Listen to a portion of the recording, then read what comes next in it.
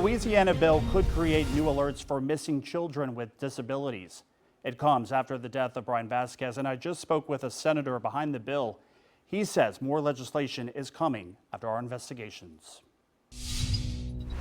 Senator McMath, we appreciate you taking the time to talk to us. Tell us, you've got some legislation in the works directly related to Brian's case. Yeah, I do. Senate Bill 34 was brought to me by some disability advocates in the wake of the tragic incident that took place, I believe, over the summer with Brian Vasquez. And the idea is to have a wireless alert system, much like an Amber Alert, where when somebody with a disability, child or adult, goes missing, that wireless alert can go out in coordination with state police and local law enforcement to provide very specific, important information on the missing person, and in the hopes that what we saw with Brian won't happen again. You think if this legislation was in place now, kids like Brian could stand a chance? I do. I mean, look, with a disability, oftentimes they go missing, they wander, they're attracted to bodies of water, and time is of the essence there. So the faster that folks can get out and respond, local law enforcement, or just the general public has an awareness that somebody with a disability is missing in their area, they're on the lookout. And again, I think the faster people can respond, the less likely a tragedy will occur. Walk us through how this, if passed, would work. People would get an alert on their phone. Kind of talk about how it could work. Yeah, so it requires local law enforcement agencies that have the capability to issue these wireless alerts to coordinate with state police. State police then sends out a wireless alert within a geo-fenced area, typically a tri-parish area, depending on where the person has gone missing. And then you get an alert on your phone like you do with an Amber Alert, with a description of the individual, kind of what to look for, what they were last wearing, that kind of thing. And everyone will be notified within a certain area to hopefully rapidly respond. Senator, we've sent you some of the investigations that we've done related to Brian.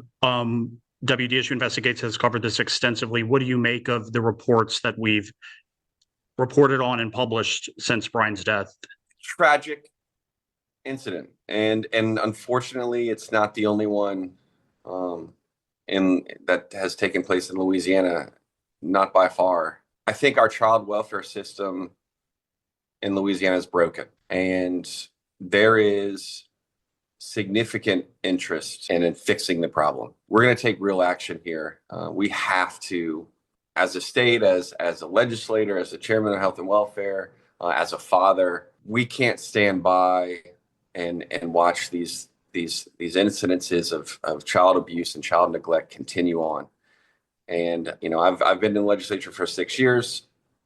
This has been a problem for all 6 years, and it's time that we take real action to fix the problem. The car is broken. It doesn't matter who's driving the car. If it's a broken car, it's a broken car. And unfortunately, the system that is broken is leading to deaths across the state.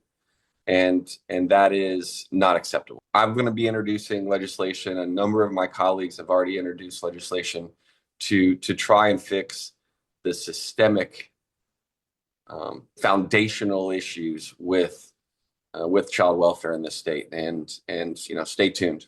Following the reports that we sent you, is there a certain detail that we uncovered that stuck out to you most, that is fueling the fire to put out this legislation? Yeah, what's most bothersome is when our child welfare apparatus responds to a call or to a concern or to a complaint repeatedly over and over and over again, and awareness is heightened, but yet something still tragic ends up happening.